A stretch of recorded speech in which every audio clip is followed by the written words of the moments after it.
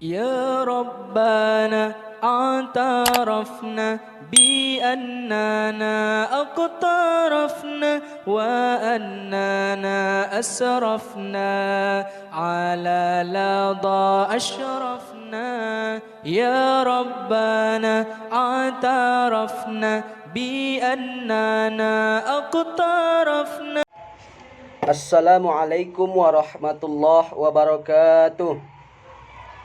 Alhamdulillahilladzi wa kafa, wassalatu wassalamu ala rasulihil mustafa.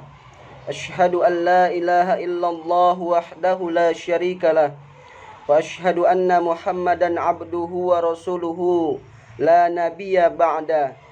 Amma ba'd. Puji beserta rasa syukur kehadirat Allah Subhanahu wa taala, yang mana Allah masih memberikan kepada kita semua nikmat kesehatan dan kesempatan.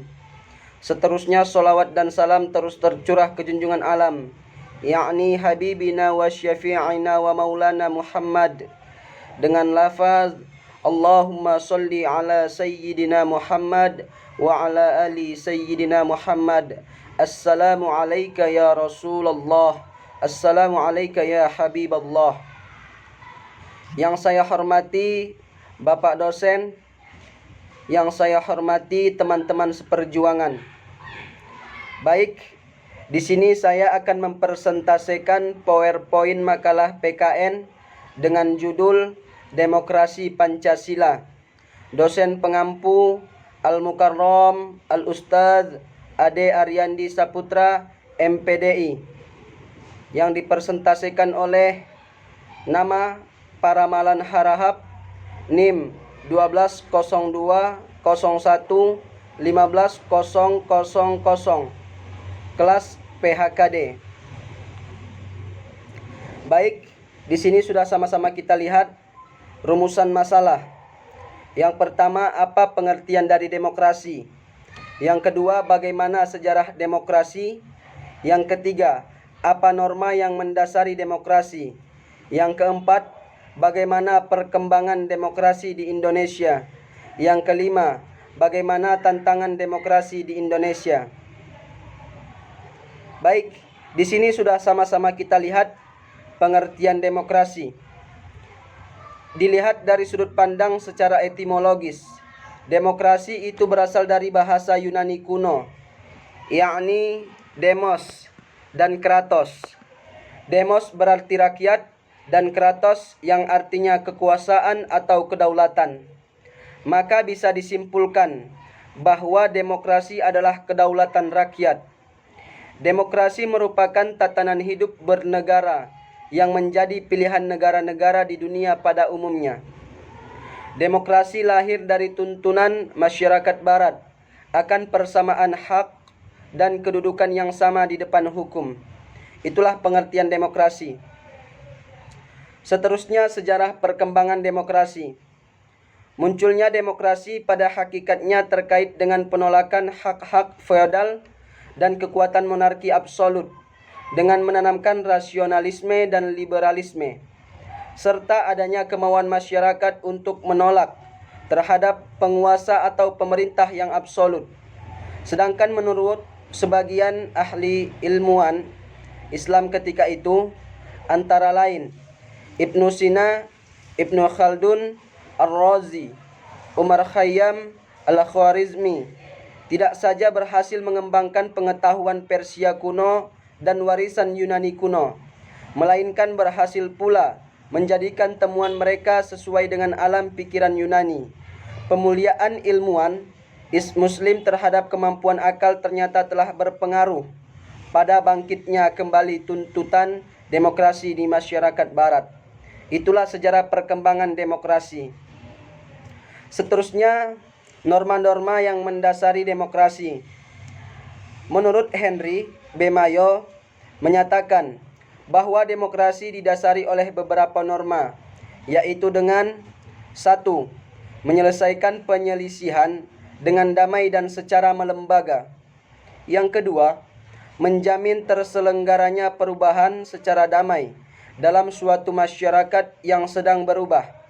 Yang ketiga, menyelenggarakan pergantian pimpinan secara teratur Yang keempat, membatasi pemakaian kekerasan sampai minimum.